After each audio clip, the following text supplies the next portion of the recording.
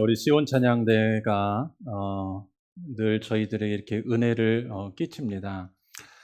여러분 감사한 마음 있으시죠? 예, 오늘 또 축복하노라라는 찬양으로 하나님의 은혜를 저희에게 전하는 통로가 되었는데, 우리가 이제 한번 시온 찬양대 그 축복하는 시간을 가졌으면 좋겠어요. 오늘 그 최은효 자매님이신데 솔리스트로 오늘 우리 교회 처음 방문하시고 또 함께 이제 예배하게 되었습니다. 잠시 자리에서 한번 일어나시고 우리 축복하며 환영과 박수하시겠습니다. 네, 자리에 앉으시기 바랍니다. 예, 그리고 여러분 주보에 그 임명으로 되어 있는데요. 예, 사무총회로 기준 임명이 맞고 사실은 그 레전드 세 분이 귀환을 하셨어요. 예, 우리 강송자 권사님, 그리고 박은희 권사님, 그리고 최정일 집사님까지 원래 우리 찬양대에서 늘 참 수고하고 섬김하셨는데 이렇게 이제 이번 주부터 같이 하시게 되어서 너무 감사한 마음 축복하고요. 그리고 그 우리 솔리스트시죠, 고민진 자매님께서 그 가정에서 좋은 피아노 2대를 우리 교회에 헌물해 주셨습니다. 감사한 마음 제가 또 대신 전하고 오늘 또 그 우진이 어린아이까지 우리 함께 찬양으로 함께 돕게 되었는데, 우리 목목기에 헌신하시는 우리 이현철 대장님과 또 임원분들, 그리고 우리 지휘자님, 우리 대원 한 분 한 분들이 혼연일체가 되어서 제 이야기가 아니라 요즘 그 성도님들이 찬양대 참 은혜스럽다고 은혜를 끼쳐주는데, 여러분 모처럼 우리 다시 한번 이번에는 우리 감사 박수 한번 격려 한번 하시겠습니다. 네, 고맙습니다.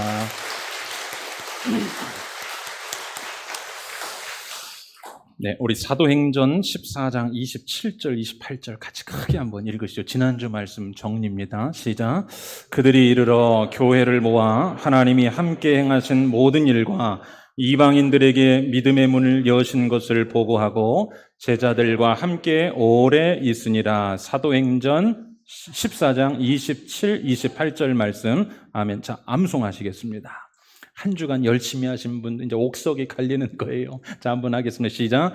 그들이 이르러 교회를 모아 하나님이 함께 행하신 모든 일과 이방인들에게 믿음의 문을 여신 것을 보고하고 제자들과 함께 오래 있으니라. 사도행전 14장 27, 28절 말씀.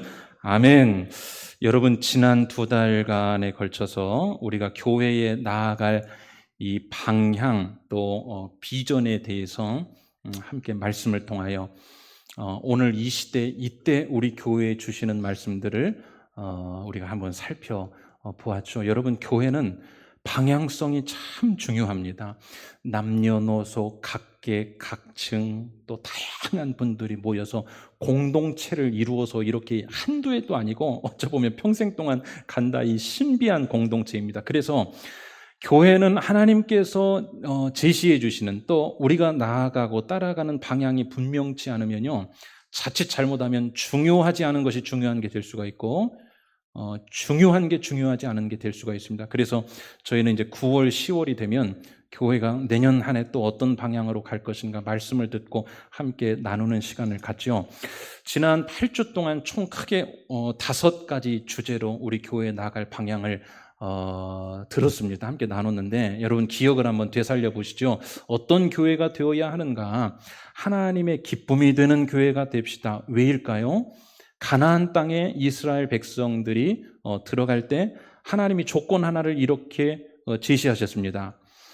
민수기 14장 말씀이었죠. 여호와께서 우리를 기뻐하시면 우리를 그 땅으로 인도하여 드리실 것이요 그 땅을 우리에게 주실 것이라. 이는 과연 젖과 꿀이 흐르는 땅이니라. 하나님이 원하시는 기쁨의 조건이 충족이 되면 나머지는 무조건이 되는 게 참 이게 여러분 신앙의 신비입니다. 그리고 이제 구체적으로 어떤 교회가 되기를 원했냐 하면 사람의 영혼을 살리는 교회가 됩시다.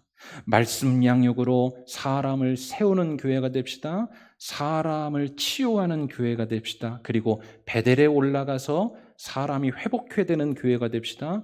나눔을 통해, 은혜 나눔을 통해 각 셀에서 이 영적 생기가 풍성해지는 교회가 됩시다. 다 기억하실 줄로 믿습니다.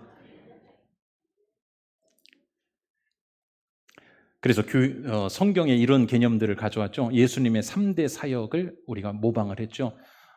가르치고 전파하고 고치고, 그래서 사람을 살리고 세우고 치유하는 교회가 되자. 자, 이 세 가지에 교회는 자고로 힘들고 어렵고 상처 입고 한 주간 동안 세상에서 치이고 낙심한 자들이 오면 베델과 같은 곳이 되어서 무조건 회복되어야 된다. 아멘이십니까? 예, 회복되는 교회. 그리고 회복만으로 끝나면 안 되죠. 여러분, 몸이 회복되면 그 다음 뭐 해야 됩니까? 잘 먹어야 되죠. 그리고 유지가 되죠.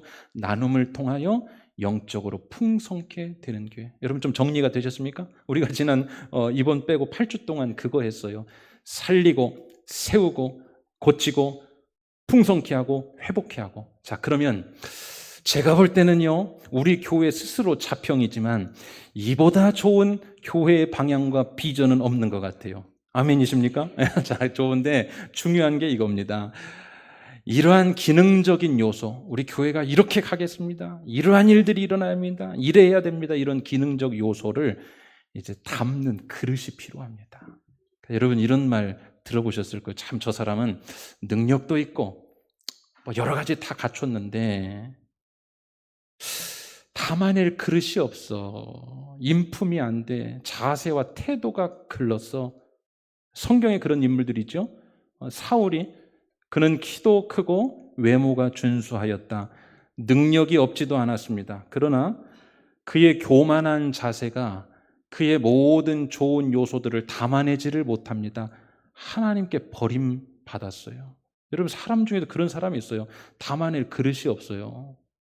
삼손도 그랬습니다. 그의 힘과 능력은 모두가 알지요, 타의 추종을 불허하는 그러한 인물이었습니다. 그러나 그가 하나님 앞에서의 이 자세, 하나님 앞에서의 그 자세 때문에 결국 이것을 담아내지를 못하죠. 그 가진 힘과 능력이 있으면 뭐합니까? 다 패해져 버리게 되었지 않습니까? 여러분, 능력과 기능보다 중요한 게 있는데 그것을 담아낼 그릇입니다. 오늘 이제 마지막 순종의 자세로라는 이 말씀 제목은 뭐냐? 우리가 지난 8주 동안 5가지 총 주제를 가지고 나눈 이 말씀을 어떤 그릇에 담아야 하는가? 말씀을 이제 잘 담아서 내년 한 해 출발을 해야 되는데, 여러분, 이거는 비단 교회만의 이야기는 아니고 여러분 개인의 신앙과 여러분의 마음과 가정과 자녀, 일상에도 이 그릇이 잘 준비되었을 때 여러분의 신앙의 모든 것을 잘 담아낼 수가 있습니다. 오늘 이 부분을 말씀을 통해 함께 생각해보고 나누려고 합니다. 여러분, 오늘 본문은 성경에서 영적 쾌거를 이루는 아주 통쾌한 장면 중에 하나입니다. 이름하여 여리고 성이 무너진 사건이죠. 빨리 기억해 봅시다. 여리고 성을 어떻게 무너뜨렸습니까? 성을 돌았지요. 그리고 하나님께서 그 성을 말도 안 되게 무너뜨린 역사를 실제 역사에서도 이 고고학적 증거들이 있고 오늘 우리가 읽고 믿는 내용입니다. 여리고 성의 사건은 이렇게 시작이 됩니다. 이스라엘 백성들이 이제 가나안 땅에 진입을 하기 위해서는 동부에서 이 가나안 서부로 본격적인 진입을 위해서는 통과해야 될 그 관문 성이 있었으니 거기가 바로 여리고 성이었습니다. 여리고 성을 반드시 뚫어야만 가나안 서부로 본격적인 진입이 가능했습니다. 여기를 뚫지 않고는요, 다른 방법이 없었습니다. 자, 반면에 여리고 사람들은 이 여리고 성을 절대로 뚫려서는 안 되던, 어떻게든 지켜내야 하는 그러한 곳이었습니다. 이 진영이 대치합니다. 자, 이런 곳을 뭐라고 할까요? 군사적 요충지라고 하죠. 여기를 뺏기면 다 점령당하고 여기만 지키면 다 지켜낼 수 있는 이러한 곳. 자, 그래서 오늘 여리고의 이 엄중한 상황 때문에 여리고의 분위기는 어떠했나? 우리 1절 말씀 같이 한번 읽어 보시겠습니다. 이스라엘 자손들로 말미암아 여리고는 굳게 닫혔고 출입하는 자가 없더라. 자, 여리고 성벽은 그 둘레가 그렇게 길지는 않습니다. 그러나 이 방비를 위해 겹으로 쌓아놓은 아주 견고한 성이었고, 오늘 말씀 보니까 이스라엘 자손들이 그곳에 접근하자 여리고 성내 그 안에서는 아주 견고하게 잠가두었습니다. 그리고 지나는 사람도 없었어요. 견고하게 막혀 있습니다. 그러면 이 요새와 같은 당시 이스라엘 백성들에게 뚫어내야만 하는 이 여리고성 앞에 서 있는 이 자들. 여러분, 우리가 인생을 살아가다 보면요, 이런 여리고성 앞에 이르게 되는 때가 있습니다. 절대로 무너지지 않을 것 같고, 문이 열리지 않을 것 같고, 뚫리지 않을 것 같은 그러한 상황들, 삶의 어려움과 문제들이 있죠. 자, 그럴 때 어떻게 해야 될까요? 신앙이라는 것은 어찌 보면 참 단순한 겁니다. 그런 어려움이 있을 때 그 자리를 피하지 말고 조금 더 기다려보는 겁니다. 그러면 그때 반드시 나타나는 분이 계세요. 누구예요? 하나님이시죠. 오늘 여러분 어려움이 있습니까? 그 자리 떠나지 마시고 하나님을 붙잡고 하나님께 대한 믿음을 가지고 조금만 그 자리를 지켜보세요. 하나님이 나타나십니다. 자, 2절과 3절에 나타나시죠. 자, 한번 읽어보겠습니다. 여호와께서 여호수아에게 이르시되 보라, 내가 여리고와 그 왕과 용사들을 내 손에 넘겨주었으니 너희 모든 군사는 그 성을 둘러 성 주위를 매일 한 번씩 돌되 엿새 동안을 그리하라. 자, 하나님이 이 백성들에게, 더 정확히는 여호수아에게, 이 여러분 리더가 얼마나 다급하겠습니까? 그 여리고의 견고한 성 앞에 여기를 뚫어내야 되는데 뚫을 방법이 없습니다. 이때 하나님께서 나타나셔서 여호수아에게 말씀하시는데 두 가지를 말씀하세요. 첫 번째 2절은 뭐냐면 결과를 말씀하십니다. 자, 마지막에 보세요. 내 손에 어떻게 했어요? 넘겨 주었다 이거예요. 결과부터 말씀하세요. 넘겨 주었다. 그리고 3절 말씀을 보시면 이제 과정에 대해 말씀하십니다. 어떻게 하라? 돌아라 이거예요. 여러분, 오늘 말씀의 중요한 부분인데요. 자, 계속해서 반복되기 때문에 앞서 한번 설명합니다. 2절과 3절이 지금 하나님의 화법입니다. 하나님의 화법, 하나님이 말씀하시는 그런 화법이 이래요. 결과부터 말씀하세요. 하나님은 주었다. 아브라함이 자식 하나도 없는데 아브라함에게 나타나셔서 뭐라고 말하십니까? 밤하늘의 별과 같이 땅의 모래알 같이 너에게 주었다 이렇게 말씀하시거든요. 여러분, 우리가 살아가면서 하나님의 화법을, 이 하나님의 화법과 이게 맞아 들어가기 시작하면 신앙생활이 재밌거든요. 말이 안 통하면 그것처럼 답답하고 힘든 게 없어요. 자, 하나님의 화법은요, 2절과 같이 결과부터 말씀하시고 그리고 그 다음의 과정을 말씀하시는데, 자, 우선 여기까지 좀 두시고 다음 넘어가 보겠습니다. 여러분, 이 돌아라 그러면 그 견고한 여리고성이 무너질 것이다, 이것은 사실 허무맹랑한 소리이죠. 그렇지 않습니까? 아이, 돈다고 그게 무너집니까? 납득하기 어려운 소리였습니다. 요새와 같은 성, 이 성이 돈다고 그게 무너질까? 우리는 너무나 익숙하고 이 말씀에 대해 믿음으로 받아들이는 것 좋습니다. 그러나 사실은 객관적인 이 사안으로 이 말씀을 살펴본다면 허무맹랑한 이야기죠. 돈다고 이게 무너집니까? 자, 구체적으로 어떻게 하라고 하는 건지 우리 3절부터 여러분 성경을 한번 봐보세요. 5절까지 보시면 왜 허무맹랑하다고 하는지 잘 설명되어 있습니다. 너희 모든 군사는 그 성을 둘러 성 주위를 매일 한 번씩 돌아라. 엿새 동안을 그리해라. 제사장 7은 7 양강나팔을 잡고 언약궤 앞에서 나아갈 것이요, 7째 날에는 그 성을 7번 돌며 그 제사장들은 나팔을 불 것이며 제사장들이 양강나팔을 길게 불어 그 나팔 소리가 너희에게 들릴 때에는 백성은 다 큰 소리로 외쳐 부를 것이라. 그리하면 그 성벽이 무너져 내릴 것이다. 어떠세요? 가능할 법한 이야기입니까?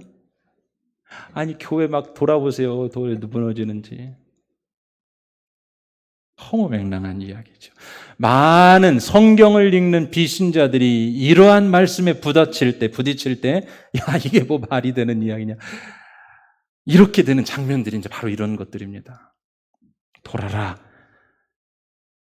그리고 전례 없는 이러한 희한한 방법으로 뭐 나팔을 불고 나팔을 잡고 양강나팔 잡고 제사장이 앞에서 이끌고 돌아라.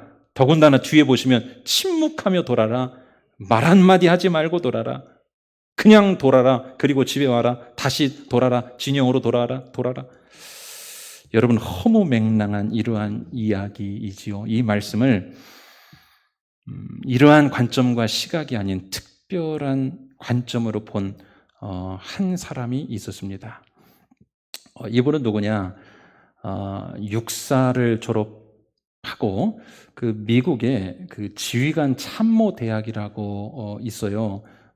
이 학교에서 전쟁 전술 전략을 공부하고 우리나라 육군 대학 교수를 역임한 그 노병천 박사라는 분이고, 이분이 후에 그 천안에 있는 나사렛 대학의 부총장을 역임을 합니다.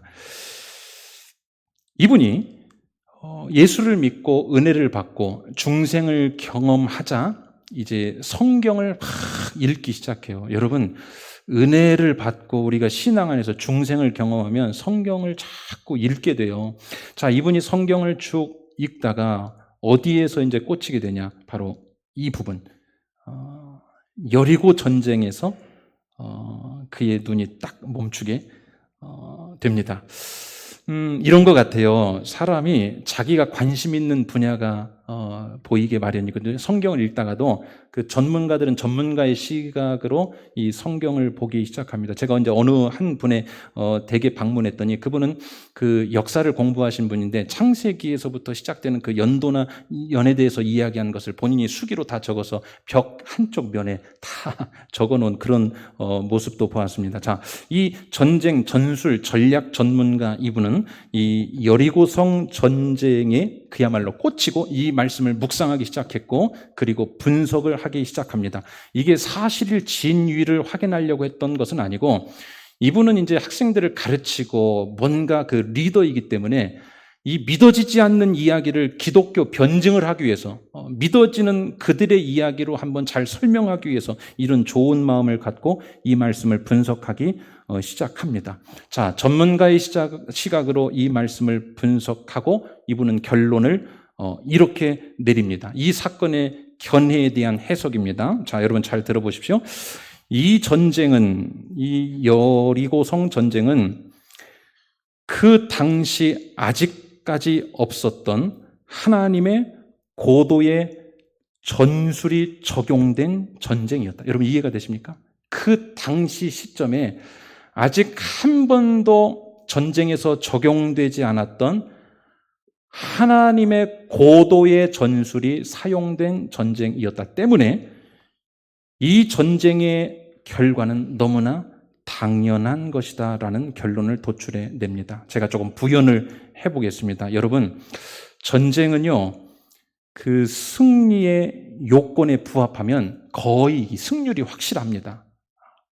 자, 전략 전술 전문가의 이야기예요. 이 전쟁의 조건의 승리의 요건은 명확한 객관적 요소들이 있는데, 첫 번째는 이런 겁니다. 알아듣기 쉽게 설명해 볼게요. 여러분, 체급 차이가 극명하면 그 결과는 뻔합니다. 그 올림픽에서 여자 유도를 합니다. 마이너스 50kg, 그 체급 최고 잘하는 선수와 무제한급 선수가 싸우면 어떻게 될까요? 뻔합니다. 이해가 되시죠? 체급의 차이가 극명하면 결과는 뻔합니다. 두 번째, 무기 차이가 극명하면 결과가 뻔합니다. 조선 최고의 주먹 김두한과 싸움 한번 해보지 않은 소년이라 하더라도 그 소년의 총이 들려있으면 누가 이깁니까? 당연하죠. 자, 전술의 차이입니다. 여러분, 청동기 시대의 전쟁과 철기 시대의 전쟁이 맞붙으면요, 절대로 이 철기 시대의 전쟁을 이겨낼 수가 없는 거죠. 체급이 다르고 무기가 다르고 전술이 다르면요, 그 하위 차원의 전쟁은 상위 차원의 전쟁을 절대로 이길 수가 없습니다. 쉬운 이야기로 한번 말씀드려볼게요. 여러분, 다윗과 골리앗이 싸우죠. 다윗이 골리앗을 어떻게 이깁니까? 골리앗에게는 당시 싸움의 기술이었던 직선 싸움이었습니다. 맞붙어서 주먹이 나가고 발이 나가고 머리가 나가는, 붙어서 싸우는 싸움. 그런데 하나님은 이 다윗에게 승리하는 싸움을 주시기 위하여 그 직선 싸움의 상위 차원인 곡선 싸움, 물맷돌을 던져서 골리앗을 넘어뜨리는 이런 하나님의 차원의 싸움이 있었기 때문에 다윗이 승리했던 것처럼 여러분 오늘 말씀 한번 보십시오. 돌아라, 돌아라라고 한 것은요. 정말 이 돌아라라는 것이 무슨 의미와 무슨 능력이 있을까 하겠지만 그것은 전문가의 시각에서 봤을 때 그 당시 아직까지 한 번도 경험해 보지 못한 이 고도의 상위 차원의 전술을 하나님께서 사용하신 것이었습니다. 여러분 이게 후대 전쟁에서는 많이 쓰이는 심리전이라는 것. 오늘 현대 전쟁에서 이 심리전, 대남방송, 대북방송 여러분 잘 아시죠? 그 당시에는 아직 적용되지 않았던 상위 차원, 그 후대 시대에나 나오는 그 전술이 벌써 여기서 쓰인 거예요. 심리전입니다. 여러분 보세요. 무장한 군사들이 침묵하고 그 성을 돕니다. 그리고 진영으로 돌아옵니다. 10절 말씀부터 한번 보시기 바랍니다.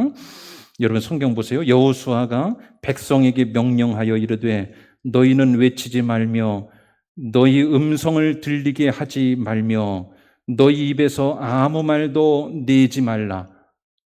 여러분 전쟁은 이렇게 하는 게 아니에요. 그렇죠? 소리를 지르고 이 기세를 가지고 길을 꺾어야 되는데 한 번도 경험해보지 못한 일을 지금 명령하는 겁니다. 아무 말도 하지 말라. 입에서 말도 내지 마라. 내가 외치라는 날에 외칠지니라. 11절 여호와의 괴가 그 성을 한 번 돌게 하고 그들이 진영으로 돌아와서 진영에서 자니라. 긴장이 고조됐다가 다시 진영으로 돌아갑니다. 그리고 그냥 자는 거예요. 또 여호수아가 아침에 일찍 일어나니 제사장들이 여호와의 궤를 메고 제사장 7은 양각 나팔 7을 잡고 여호와의 궤 앞에서 계속 행진하며 나팔을 불고 무장한 자들은 그 앞에 행진하며 후군은 여호와의 궤 뒤를 따르고 제사장들은 나팔을 불며 행진하니라. 그 둘째 날에도 그 성을 한 번 돌고 진영으로 돌아오니라. 6 동안을 이같이 행하니라. 그러니까 그 적진에서는 지금 처음 경험하는 긴장감이 고조됐다가 이게 풀리고 이렇게 6새 동안을, 그럼 여러분 몇 시간입니까? 6새 동안을 이것을 계속합니다. 오늘 우리가 이런 말 많이 사용합니다. 젊은이들이 이 사용하는 말 때문에 오늘 설교 설명하기가 참 편해졌어요. 멘탈이 무너진다. 많이 들어보셨습니까? 멘탈이 나갔다. 멘탈이 붕괴됐다. 여러분 현대 전쟁은요 이 심리전, 그래서 프로 경기 선수들은 이 멘탈 관리사가 붙을 정도, 이 멘탈이 나가면 게임이든 싸움이든 전쟁이든 끝입니다. 사랑하는 여러분, 오늘 이 전쟁은 하나님께서 하나님 당신만이 하실 수 있는, 당시 아무도 경험해보지 못한 하나님의 전쟁 방식으로 이스라엘 백성을 승리하게 하셨습니다. 차원이 다른 방법으로.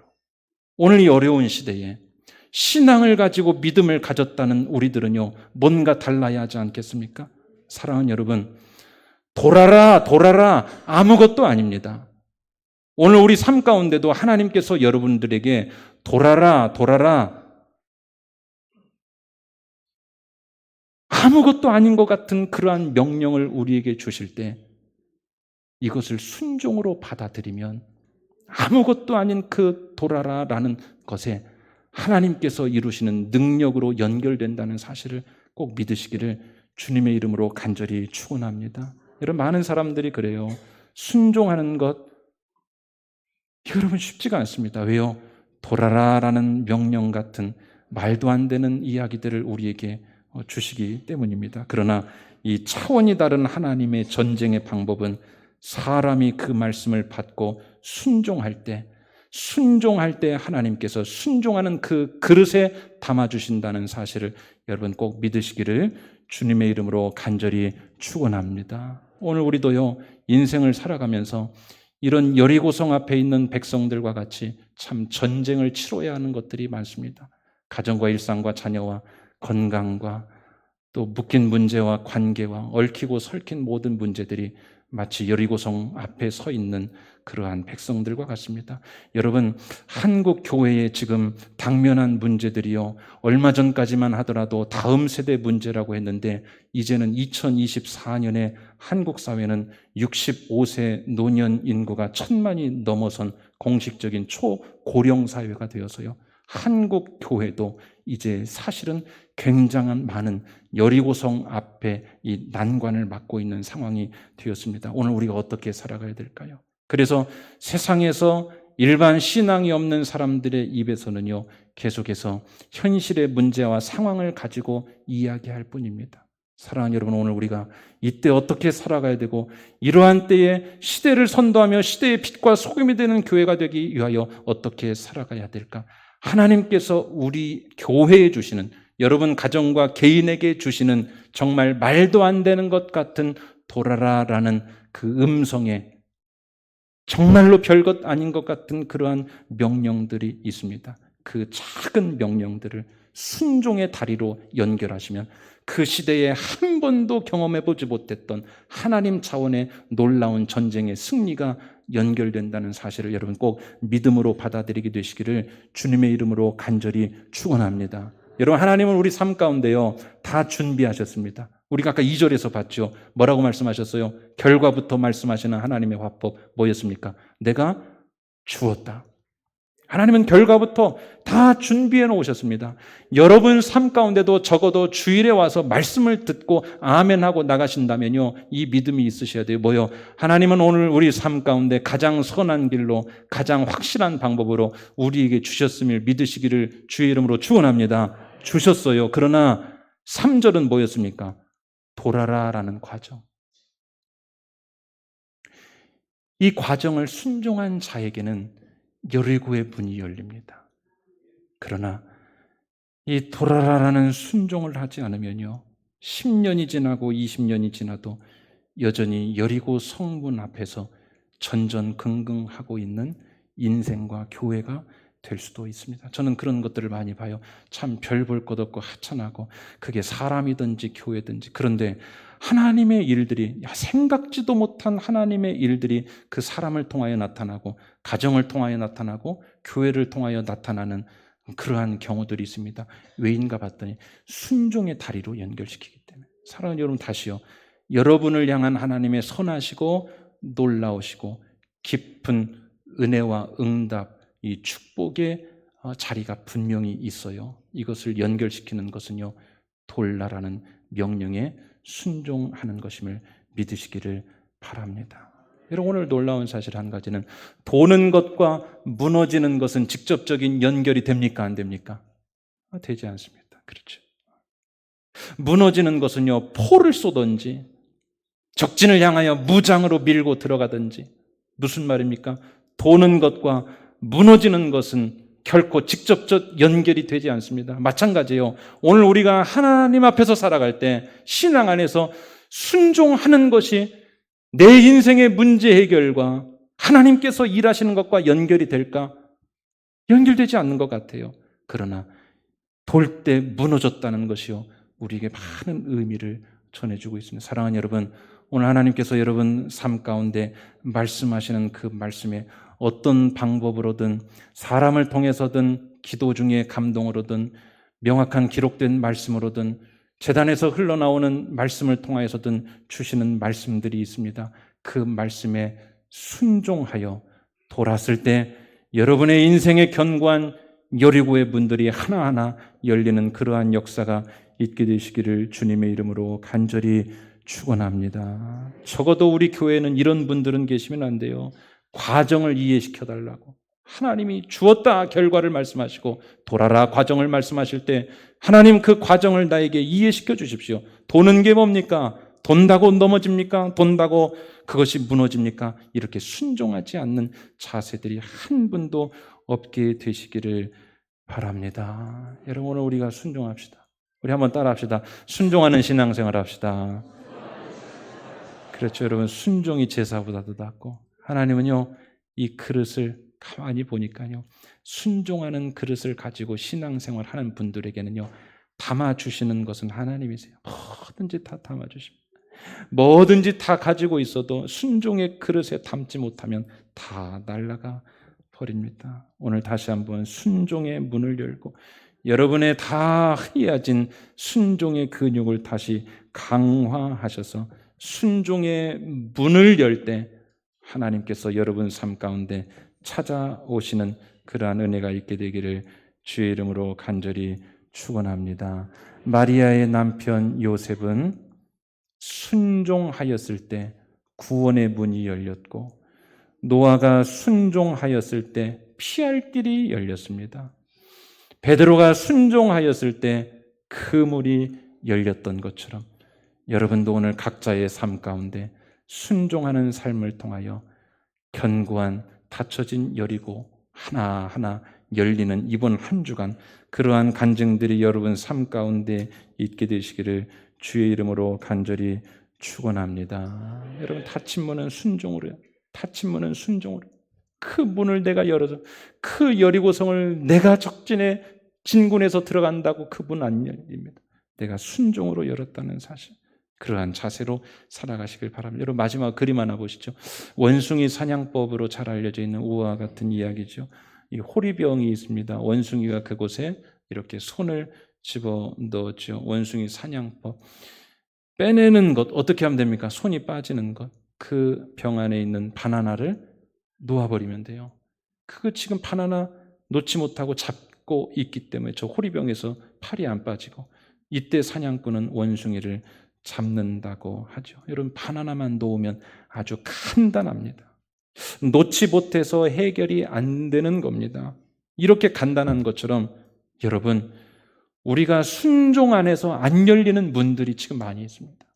하나님이 보실 때 오늘 우리 삶 가운데 순종하지 않아서 안 열린 인생의 문들이 있어요. 성경에 그렇죠. 하나님께서 여시면 닫을 자가 없고 아멘이십니까?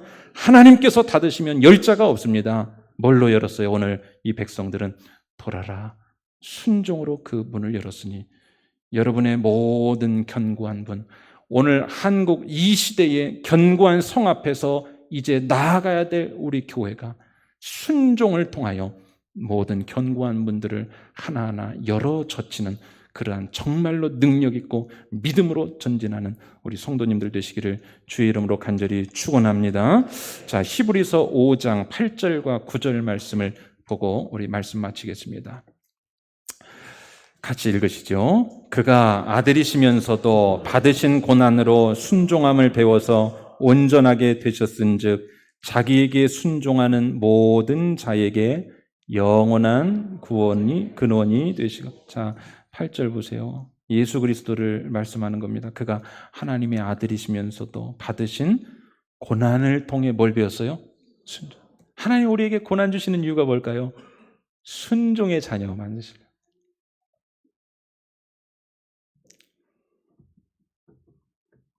요즘 그 반려견 많이 키우지 않습니까? 산책 나온 거 보면 어떤 장면이 가장 편해 보이던가요? 그 끌고 가는 줄이 느슨한 거, 그냥 길대로 따라가는 거, 결대로 가는 거. 오늘 우리가 순종하지 않기 때문에 여러분 인생이 힘든 거예요. 하나님께서 우리를 이끌어 가시는 건요, 하다못해 강아지 주인도요 가장 좋은 길로 이끌어 가는데 하나님께서 오늘 우리를 하나님의 평안의 줄로 매고 그 인도하심의 끈으로 묶고 우리를 데려가실 때 여러분 순종하며 따라가시기를 주의 이름으로 축원합니다. 그분께서도 고난을 통하여 순종함을 배웠고 순종함을 통하여 온전하게 되셨은즉 자기에게 순종하는 모든 자에게 영원한 구원의 근원이 되셨더라. 오늘 이제 이런 교회가 되게 하소서. 오늘 말씀 마칩니다. 우리가 배웠던 모든 것, 나눴던 말씀을 순종의 그릇에 잘 담으셔서 여러분 개인도 가정도 일상도 이 순종의 그릇에 잘 조금 더 하나님 앞에서 유순한 사람, 조금 더 순종하는 사람으로 우리가 삶의 한 절이라도 변화되어서 순종하는 사람이 되어서 여러분 삶의 모든 것들이 하나님의 영원하신 완전함에 이르고 또 우리의 모든 닫혀진 인생 문들이 열려서 주님 말씀하시면 가고 주님의 뜻이 아니면 멈춰서는 그러한 복된 모든 성도님들 다 되시기를 주의 이름으로 축원합니다. 우리 주님 말씀하시면 내가 나아가리다. 그 찬양하시겠습니다.